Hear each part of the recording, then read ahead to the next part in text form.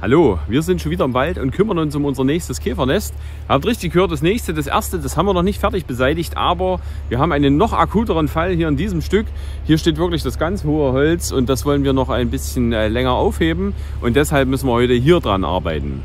Hier in dem Waldstück, seht ihr ja, haben wir auch noch richtig dickes Holz stehen, alles wie immer Fichten bei uns hier.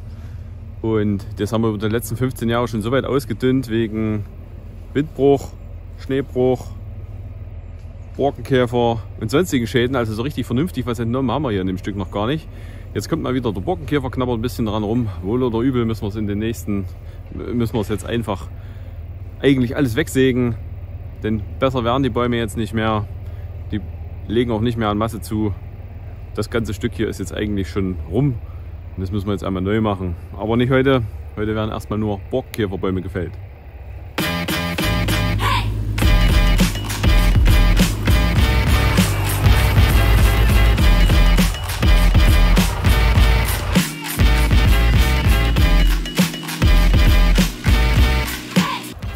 Wie machen wir das? Wir machen das genauso wie beim letzten Mal. Wir fällen die Bäume hier windenunterstützt. Auch wenn hier im Umkreis, seht ihr ja im Hintergrund, nicht allzu viel da ist, wo man die Umlenkrolle dran festmachen kann. Aber wir haben ja 80 Meter Seil, glaube ich, auf der Winde. Und da sollte man schon irgendwo so ein Stöckchen finden, wo wir die Rolle anbinden.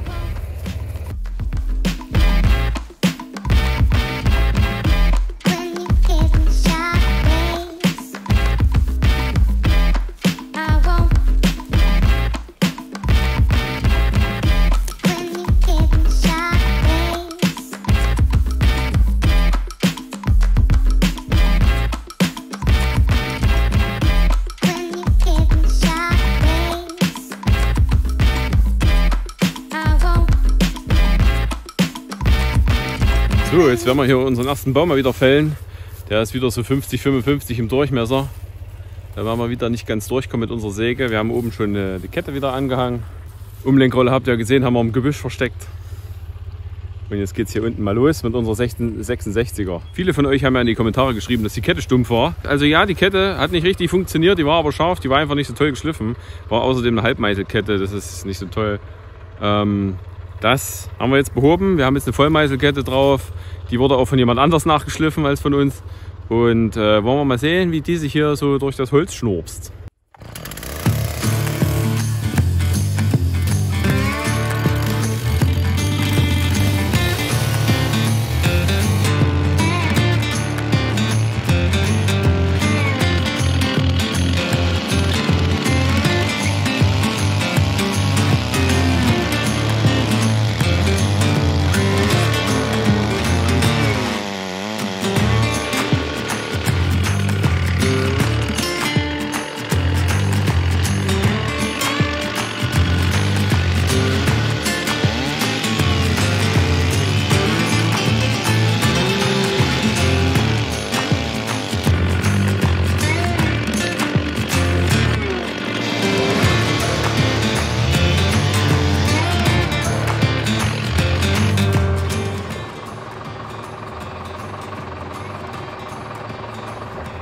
Achtung!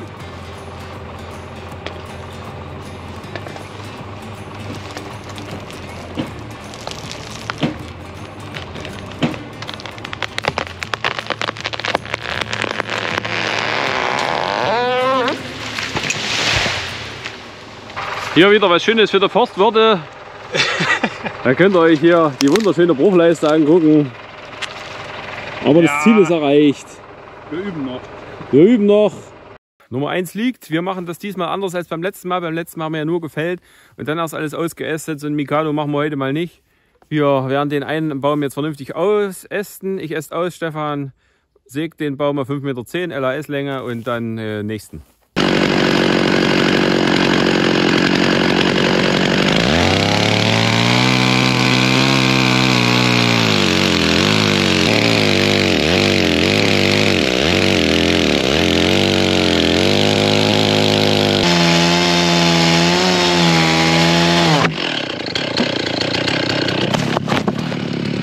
Ich schneide gerade den Stamm auf und bin jetzt an der Stelle, wo der Käfer richtig gewütet hat. Schaut euch das mal an. Hier sind die ganzen ganzen Bohrlöcher zu sehen. Hier. Ja, das ist schon ausgetobt.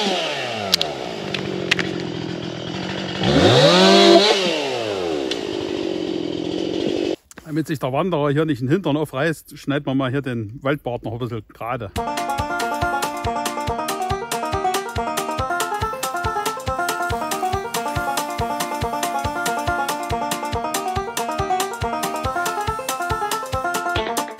Baum Nummer 1 ist ausgeästet.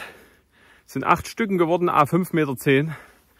Das müssten sein. Sie erleben nun einen Ingenieur ohne Taschenrechner. Wenn das Ergebnis nicht zufällig 42 ist, steht es meistens oben am Himmel. 40 Meter und 80 Zentimeter.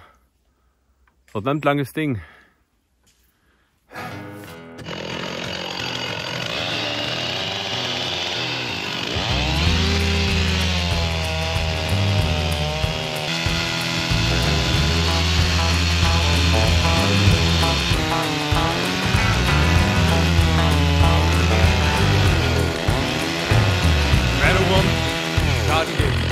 I'm past wedding days. Then my feet turned cold at the tone of those wedding bells. I felt bad, everybody got dressed up, but I knew I'd messed up, so I had to fess up that all I really wanted was just to get drunk as hell. So I jilted that poor woman and I got drunk as hell. I'm a talking about hellfire, hellfire, hellfire, oh hellfire, that's where I'm bound. I'm a talking about hellfire, hellfire, hellfire, oh hellfire, that's where I'm bound.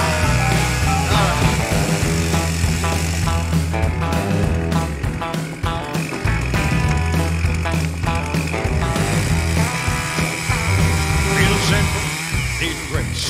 Sunday morning, to the place. So I stumbled into church and sat down for a spell. A few minutes in, I felt free of sin, so I polished up my bottle of bathtub gin and got stinking, dirty, awful, drunk as hell. Yeah, right there in the back pew, I got drunk as hell. I'm talking about hellfire, oh hellfire.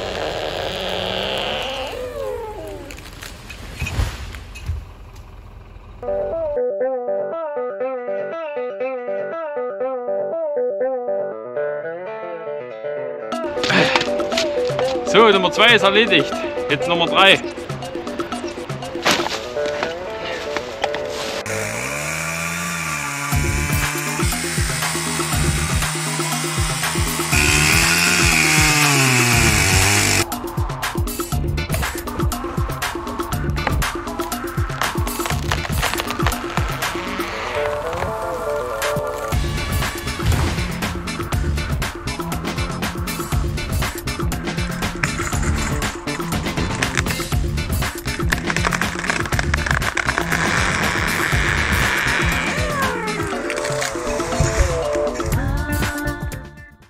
Es war ein ganz schöner Akt, diese 3 Bäume nochmal aufzuschneiden. Jetzt hat auch schon der Regen eingesetzt. Wir haben jetzt alles zusammengepackt und sind jetzt schon reingefahren. Der Vati wird dann in der Woche wiederum die ganzen 17 Stämme, die da jetzt entstanden sind, die 17 Rollen alle rausschleppen und sortieren. Ihr habt ja gesehen, dass unsere Kettensägen immer noch nicht so wirklich das Gelbe vom Ei sind. Die waren frisch geschärft, aber es gibt ein Problem mit der Geometrie. Das funktioniert nicht so richtig, wie wir das hier so nachschleifen. Deshalb werden wir da jetzt mal eine andere Strategie fahren. Wir schaffen jetzt mal einen ganzen Satz Ketten zu unserem Motorgeräteverkäufer hier in der Nähe und dann soll der das mal mit seinem super Zaubergerät da nachschleifen. Tatsächlich haben wir heute unser Tagesziel schon erreicht. Die 3 Bäume sind gefällt und aufgeschnitten. Mehr wollten wir jetzt erst einmal nicht machen. Aber wir zeigen euch natürlich auch gerne noch was weiteres. Und zwar haben wir in den letzten Tagen mal unsere ganzen defekten Kettensägen zusammengesammelt. Und ja, die können wir uns jetzt mal kurz anschauen. So, was haben wir da? Fangen wir mal mit der kleinsten an. Das hier war meine erste Kettensäge, die ich mir irgendwann mal gekauft habe. Das war eine 180, MS 180, 2007 oder so ist das Modell. Ist hier die Hobby-Version, das habe ich wirklich nur für uns im Garten gebraucht, für die Pferdchen, weil da schnitzt man bloß irgendwelche Äste rum, da brauchen wir keine vernünftige Kettensäge. So. Die Kettensäge hat ein Problem, und zwar welches? Die funktioniert, aber der Gasgriff und das ganze Gestänge ist alles hier im Eimer. Das funktioniert nicht mehr vernünftig. Das ist alles verkriesknattelt und das ist auch nicht mit einem einfachen Tausch der Bauteile getan. Das haben wir nämlich schon überprüft. Das ist alles ein bisschen mehr. Das heißt, die geht nicht mehr. Dann haben wir hier unser Urgestein. Das war vom Fanny die allererste Säge, die er 93 oder so gekauft hat. Eine Stihl 021.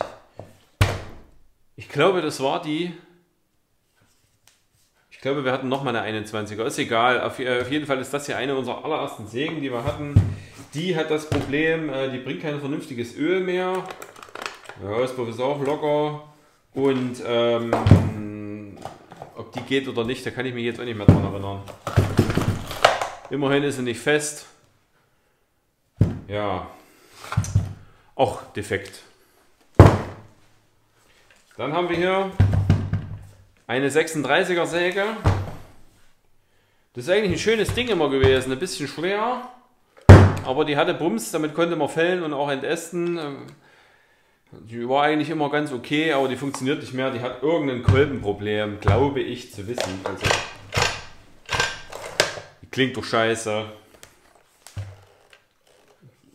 Ja. Die geht auch nicht mehr.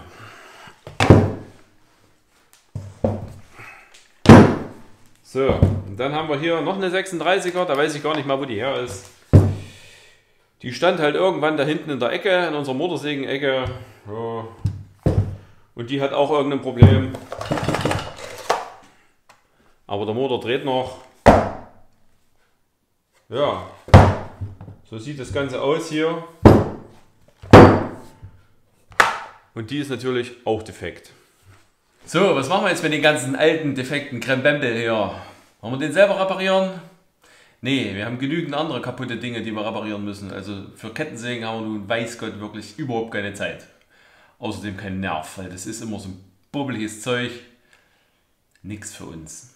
Deshalb haben wir was gemacht. Ich habe die Dinger letzte Woche mal in eBay reingesetzt. Einfach mit Preisverhandlungsbasis. Und wir wollen eigentlich dafür eine andere Kettensäge haben zum Tausch. Also darauf war ich aus. Ich habe das da reingesetzt. Und eine Kettensäge zum Tausch. Eine, die vernünftig funktioniert und irgendwo so hier bei der 36er sich bewegt. Und da dachte ich mir, naja, vielleicht gibt es ja einen, der so einen Deal eingeht. Ich wurde dann völlig überwältigt von den Nachrichten, die hier geschickt wurden über Kleinanzeigen. Also falls irgendeiner das gesehen hat bei Kleinanzeigen, diese Anzeige, die ist ja jetzt wieder raus. Ich habe nicht auf alle geantwortet, das ging nicht. Bei Kleinanzeigen verkaufen hat es erstmal nicht funktioniert. Ich habe dann abends nochmal überlegt, was man hier mit den Dingern machen könnte, und da ist mir doch direkt einer eingefallen, der sich vielleicht für diesen alten Schrotthaufen hier begeistern könnte.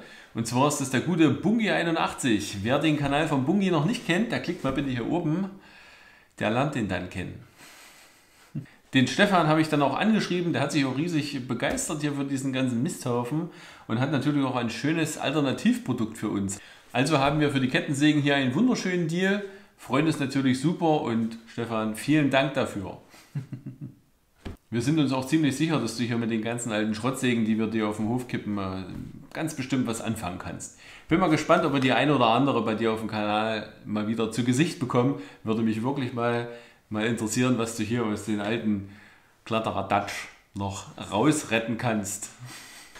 Wer sich von euch jetzt vielleicht fragt, war es das jetzt schon?